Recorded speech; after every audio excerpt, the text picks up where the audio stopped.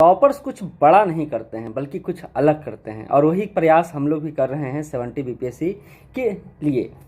क्या प्रयास कर रहे हैं? तो हम लोग यह प्रयास कर रहे हैं क्लास के माध्यम से कि डे बाय डे टेस्ट हो, वीकली टेस्ट हो, और डे बाय डे का क्वेश्चन आपका डिस्कशन ऑनलाइन प्लेटफॉर्म पर हो, ताकि जो बच्चे हमारे साथ नहीं जुड़े हुए हैं या टेस्ट नहीं दे रहे हैं, कम से कम वो क्वेश्चन को देख सकें, सॉल्व कर सकें।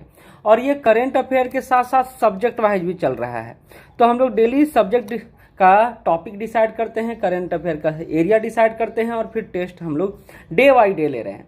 तो ये क्लास प्रोग्राम का हिस्सा है। अगर आप पीटी में हैं तो नहीं है तो आप यहाँ आकर सॉल्व कर सकते हैं। तो आपके लिए बहुत रोचक हो सकता है, क्योंकि अगर क्लास के बच्चे कल 24 क्वेश्चन में से 20 नंबर लाते हैं, यानी टॉपर का जो मार्क्स था 20 नंबर्स था, तो आप कितना ला पाते हैं ये भी साधना होगा, क्योंकि हम और आप यह प्रयास कर रहे हैं कि सफल हो, है ना। तो आपको भी नीचे कमेंट बॉक्स में लास्टली लिखना पड़ेगा कि आपने कितना नंबर गेन किया है, तभी मजा आएगा, नहीं तो मजा नहीं आएगा। ठीक, तो चलिए सॉल्व करते हैं क्वेश्चन को, और मुझे लगता है कि आप ज्यादा बेहतर कर पाएंगे। चलिए देखते हैं। आपका पहला जो क्वेश्चन है वो है कि पीएम मोदी फ्रांस के राष्ट्रपति मैक्रों के साथ किस शहर में हवा महल में चाय पीने के बाद यूपीआई के जरिए पेमेंट किए थे। अच्छा, हवा महल आपको पता होना चाहिए पहले किस शहर में है, क्योंकि ये सामान्य मिसलेनियस टाइप क्वेश्चन है, पहली बात। दूसरी बात, राष्ट्रपति जो मैक्रो आए थे वो हमारे गणतंत्र दिवस के मुख्य अतिथि के रूप में आए थे, तो रोड शो भी हुआ था उस शहर में जिस शहर में इन्होंने यूपीआई पेमेंट किया था। और हवा महल के बारे में कुछ बातें जो आपको जानना चाहिए वो है सवाई प्रताप सिंह द्वारा इसका निर्माण किया गया है। कब किया गया है? तो 1799 में इसका निर्माण किया गया है। लालचंद उस्ताद ने इसको डिजाइन किया है। लालचंद उस्ताद ने इसको डिजाइन किया है। लाल और गुलाबी पत्थरों से निर्मित है यह। अब है किस शहर में है? इतना के बाद तो ये जयपुर शहर में है। आपको याद होगा यूपीआई का फुल फॉर्म होता है, एक बार पूछ दिया गया क्वेश्चन में, unified payment interface. Unified payment interface, ठीक है। 11 अप्रैल 2016 को यह शुरू किया गया है। तो ये सारा नॉलेज आपके लिए काफी ज्यादा महत्वपूर्ण होने वाला है। अगला क्वेश्चन है, विश्व स्वास्थ्य संगठन ने जनवरी 2024 में किस अफ्रीकी देश को मलेरिया मुक्त घोषित किया है? तो ये कोई और देश नहीं है बल्कि केप वर्डे है, और यह तीसरा देश है जिसको मलेरिया मुक्त घोषित किया गया है। इसके पहले मॉरिशस को किया गया था और अल्जीरिया को किया गया था। तो मुझे लगता है कि ये न्यूज आपके लिए, ये कंटेंट आपके लिए इंपॉर्टेंट होगा, ठीक है। अगला है, भारतीय वायुसेना का किस विमान का मलबा इसके गायब होने के 7 साल बाद जनवरी 2024 में मिला है? जैसा कि मैंने बोला हमारा जनवरी से अप्रैल तक चलेगा। मैं भी आ गया तो मैं को भी जोड़ूंगा मैं, ठीक है। तो आपका डे बाई डे रिवीजन बड़ा अच्छा होते चला जाएगा। तो ये कोई और नहीं बल्कि AN-32 का मलबा है, जो 2016 में लापता हुआ था। यह विमान 29 सवारी सवार थे, लेकिन मिला मलबा अभी जाके बंगाल की खाड़ी में AN-32 का। चलिए आगे बढ़ते हैं। कितने वर्षों बाद 75वें गणतंत्र दिवस परेड में घोड़े से खींची जाने वाली ऐतिहासिक बग्घी का इस्तेमाल किया गया? मामला कुछ इस तरह है कि जब गवर्नर होते थे, वायसराय होते थे, तो वो भी इसी बग्घी का प्रयोग करते थे। स्वतंत्रता के बाद भारत पाकिस्तान के बीच भी चला थोड़ा मतभेद कि कौन इस बग्घी को लेगा, लेकिन अंततः भारत के जिम्मे ही आया। 1950 से लेकर 1984 तक आप बग्घी का इस्तेमाल ही करते हैं भारत के राष्ट्रपति गणतंत्र दिवस पर। लेकिन 1984 में इंदिरा गांधी की हत्या के बाद फिर हाई सिक्योरिटी कार का प्रयोग किया जाने लगा। हाई सिक्योरिटी कार का प्रयोग किया जाने लगा और इससे यह बग्घी साइडलाइन हो गया। लेकिन 2024 में फिर से इस बग्घी को विकसित किया गया, मतलब लाया गया है, और अब आपके सामने है। तो 40 साल बाद 75वें गणतंत्र दिवस पर पहली बार तीनों सेनाओं की ओर से तीनों सेनाओं का ऑल वीमेन मार्चिंग दस्ते का नेतृत्व किसने किया? अच्छा, इसमें पहली बार अग्निवीरों ने भी पार्टिसिपेट किया है। कैप्टन संध्या हैं जिन्होंने ऑल वीमेन मार्चिंग दस्ते का नेतृत्व किया है। और गणतंत्र दिवस का थीम क्या रहा इस बार, ये भी आपको याद रखना चाहिए। भारत का लोकतंत्र, भारत का लोकतंत्र और एक विकसित राष्ट्र, और एक विकसित राष्ट्र बनाने का संकल्प इस बार का थीम है। मुझे लगता है याद रहेगा आपको, है ना। भारत के किस सिंगर ने क्लाइमेट कंसर्ट में 140 भाषाओं में गाने का गिनीज वर्ल्ड रिकॉर्ड बनाया है? तो ये कोई और नहीं सुचेता सतीश है।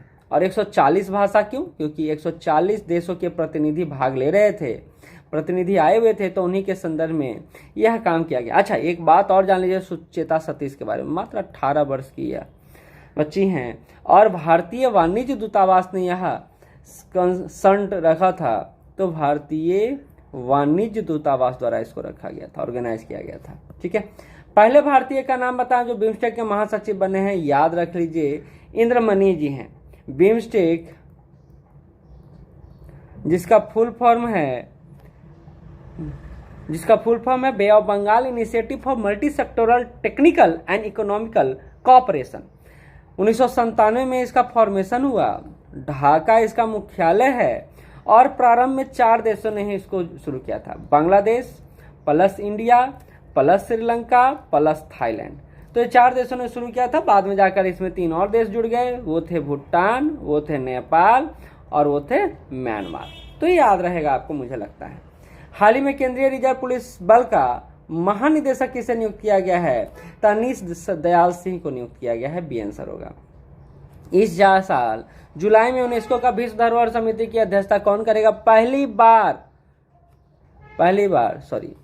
बार भारत इसकी अध्यक्षता करने जा रहा है।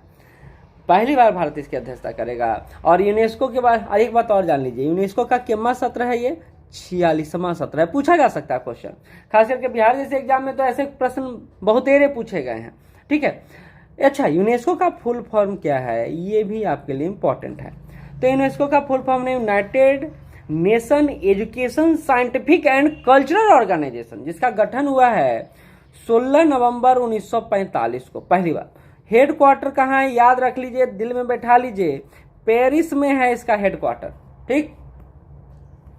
गोल्डन ग्लोब्स 2024 का सर्वश्रेष्ठ अभिनेता मोशन पिक्चर का ड्रामा का अवार्ड किसको मिला है? किलियन मर्फी को मिला है। हाल ही में किसे CNN news 18 Indian A of the year 2023 का अवार्ड दिया गया है? कोई और नहीं बल्कि हमारे शाहरुख खान जी को दिया गया है। अगला क्वेश्चन बहुत अच्छा है। शिक्षा मंत्रालय द्वारा कोचिंग केंद्रों का विनियमन कानून लाया गया। इसमें दिशा निर्देश दिया गया कि कोई भी कोचिंग सेंटर कितने वर्ष से कम उम्र के बच्चों का नामांकन नहीं करेगा। तो ये 16 वर्ष से कम उम्र के बच्चों का नामांकन आप नहीं कर सकते, पहला। और अगर आप करते हैं तो आप ओपी बनेंगे। दूसरा, भ्रामक वादे नहीं कर सकते कि बउआ हम तुमको 100% ले आएंगे, 99% ले आएंगे, ये वादे नहीं कर सकते। हम तुमको IIT पास करवा देंगे, IIM पास कर देंगे, ऐसा कुछ नहीं कर सकते। दूसरा, आजकल यूट्यूब का जमाना है और कोई भी यूट्यूबर जिसका बेसिक नॉलेज ग्रेजुएट नहीं है उसको आप नियुक्त नहीं कर सकते हैं। ये भी नियम लाया गया है। ठीक है, अगला है 2024 में कितनी महिलाओं को पद्म पुरस्कार दिया गया? How many women have been honoured with the Padmashri होगा, पद्मश्री अवार्ड 2024। तो ये है 30 महिलाओं को, 30 वुमेन को। एक और बात सुन लीजिए यहीं पर, 8 विदेशी लोगों को भी इस बार पद्म पुरस्कार से सम्मानित किया गया है और टोटल मिलाकर 132 लोगों को यह पुरस्कार दिया गया है, जिसमें 5 है जो पद्म विभूषण है, 17 है जो पद्म भूषण है और 110 जो है पद्मश्री है। ठीक है, अच्छा, ये 5 नाम आपको याद रखना चाहिए। एक तो हमारे भूतपूर्व उपराष्ट्रपति वेंकैया नायडू जी ही हैं, आप सबको पता होगा। दूसरा वैजयंती माला है, खैर उनके नाम से कौन। तीसरा चिरंजीवी हैं, साउथ सुपरस्टार, और सुब्रमण्यम जी हैं, और अगला बिंदेश्वर पाठक जी हैं, बिंदेश्वर पाठक जी हैं। एक और क्वेश्चन, पद्म विभूषण जिनको मिला है उनमें से कौन व्यक्ति को मृत्यु उपरांत मिला है पद्म विभूषण? तो वो बिंदेश्वर पाठक जी हैं। ठीक है, याद रखेंगे, बहुत बड़े सोशलिस्ट हैं। आगे, भारतीय वायुसेना द्वारा आयोजित अभ्यास डेजर्ट नाइट में किन 2 अन्य देशों ने भाग लिया है? तो फ्रांस और संयुक्त अरब अमीरात ने भाग लिया है। भारत के अलावा फ्रांस और UAE ने पार्टिसिपेट किया है। ये आपके लिए इंपॉर्टेंट हो जाता है। जैसा कि मैंने बोला, सब्जेक्ट वाइज भी रहेगा। तो अगला क्वेश्चन ज्योग्राफी से, और आज का जो टेस्ट रहा बहुत ही आसान क्वेश्चन रहा, क्योंकि बूस्टअप करने से पहले ना आपको थोड़ा सा तैयार किया जाता है। अब बहुत सारे छात्र ना क्रिटिसाइज करेंगे, लेकिन वादे के साथ कर रहा हूँ, इसी क्वेश्चन में कई सारे लोग गलती करेंगे और हमारे क्लास में भी कुछ लोग गलती किए हैं। जैसे वर्तमान में कुल कितने राज्य केंद्र शासित प्रदेश? छोटा छोटा मिस्टेक ज्यादा होता है, बड़ा मिस्टेक कम होने का संभावना रहता है या नहीं बनाते हैं, लेकिन जो बनाते हैं वो सही बनाई जरूरी है। तो 8 राज्य और शासित 28 राज्य और 8 केंद्र शासित प्रदेश हैं, तो ये आंसर सही होगा। भारत के क्रमशः कितने तटीय और स्थलबद्ध राज्यों में से कर्क रेखा होकर गुजरती है? तो पहले तो हमको पता होना चाहिए कितने राज्यों से होकर गुजरती है, तो 8 राज्यों से होकर गुजरती है। इसमें 2 ऐसे राज्य हैं जो तटवर्ती हैं, पहला गुजरात और दूसरा वेस्ट बंगाल। बाकी आप देख लीजिए जो स्थलबद्ध राज्य हैं 6 हैं जो, ठीक है। भारतीय प्राणी सर्वेक्षण के अनुसार क्रमशः सबसे अधिक तथा सबसे कम प्रजातियां किस क्षेत्र में पाई जाती हैं? तो हिमालयन पर्वतीय क्षेत्र में सबसे ज्यादा, और ट्रांस हिमालय क्षेत्र आप समझ रहे हैं हिमालय का ऊपर वाला भाग है, तो वहां सबसे कम प्रजाति पाया जाता है, ठीक है। तो ये आंसर होगा। अच्छा, इस क्वेश्चन को गलत होना थोड़ा मुश्किल है। अच्छा, लोग कहेंगे कि इतना आसान क्वेश्चन क्यों दे दिए? क्योंकि बीपीएससी ने अभी हाल ही के एग्जाम में बोला कि बिहार का क्षेत्रफल कितना है, तो भारत का आपको याद नहीं रहेगा ना? 32,87,263 वर्ग किलोमीटर है ना। भारत का मानक समय आधारित है कितना पर? तो ये 32.5 डिग्री या 82 डिग्री आप पढ़ते होंगे, तो 82 डिग्री 30 मिनट पूर्वी देशांतर पर है यह मानक में उत्तर, तो याद रखेंगे आप। भारत का धुर दक्षिणी भाग भूमध्य रेखा से कितनी दूरी पर है? तो धुर दक्षिणी भाग जो भूमध्य रेखा से है, यानी जिसको इक्वेटर लाइन बोला जाता है, जो 0 डिग्री लाइन है, इससे आपका 876 किलोमीटर दूर है। याद रखिए कितना? 876। अच्छा, भारत का जो भाग है इक्वेटर से कितना दूर है? तो ये भी याद रखिए 2446.29 किलोमीटर है उत्तर में। अच्छा, दक्षिणी छोर कितने डिग्री अक्षांश पर है? तो 8 डिग्री 4 मिनट से, जो 876 हम लोग किलोमीटर नापे, तो ये इतना दक्षिणी अक्षांश है हमारा भारत का, तो इससे इक्वेटर की दूरी आपका 876 किलोमीटर है, ठीक है। चलिए, भारत का प्रादेशिक जल सीमा समुद्र तट से कितनी दूरी पर है? चलिए, भारत का प्रादेशिक सीमा ये एक आंतरिक सीमा है मान लेते हैं। इसके बाद प्रादेशिक सीमा आता है जो 12 नॉटिकल माइल तक आता है। फिर इसके बाद आता है संलग्न क्षेत्र आता है, और उसके बाद आता है आपका एक और क्षेत्र 200 नॉटिकल माइल तक, ये 12 नॉटिकल माइल यानी टोटल मिलाकर 24 नॉटिकल माइल। तो अनन्य आर्थिक क्षेत्र EZ जो आता है वो आता है 200 नॉटिकल माइल। तो आंसर क्या हो जाएगा? ए हो जाएगा। निम्न से कौन सा 10 डिग्री अक्षांश होगा? डिग्री अक्षांश 10 डिग्री अक्षांश, ठीक है, द्वारा आपस में पृथक करता है। तो अंडमान निकोबार को आप सभी जानते हैं। अच्छा, 8 डिग्री किसको पृथक करता है? तो इंडिया और मालदीव को करता, ठीक है। 9 डिग्री किसको करता है? तो ये मिनिकॉय को करता है मुख्य लक्षद्वीप से, ठीक है। तो ये आपको याद होगा, मुझे ऐसा लगता है। अच्छा, अगला नंबर क्वेश्चन है, भारत का कौन सा राज्य सर्वाधिक लंबी तट रेखा वाला राज्य है? अच्छा, तो सबसे लंबी तटरेखा वाला राज्य गुजरात है, तो गुजरात लिख दिए। उसके बाद कौन है? तो महाराष्ट्र है, महाराष्ट्र लिख दिए। उसके बाद कौन है? गोवा है, तो गोवा लिख दिए। उसके बाद कौन है? केरला है, तो केरला लिखे। अच्छा, गोवा के बारे में सबसे छोटा तटीय जो क्षेत्र है वो गोवा में है, सबसे कम यही है, सबसे कम यही है, सबसे ज्यादा यही है, ठीक है। कहता है निम्नलिखित में से भारत के बारे में सही है, तो सही उत्तर का चयन कीजिए। भारत विश्व का 5वां बड़ा देश है? नहीं, 7वां बड़ा देश है। यह स्थल मंडल के कुल क्षेत्रफल का 2.4% सही है। समूचा भारत नहीं, अधिकांश भारत जरूर है, लेकिन समूचा भारत नहीं है, क्योंकि कुछ एरिया जो है आपका उपोष्ण कटिबंधीय भी है।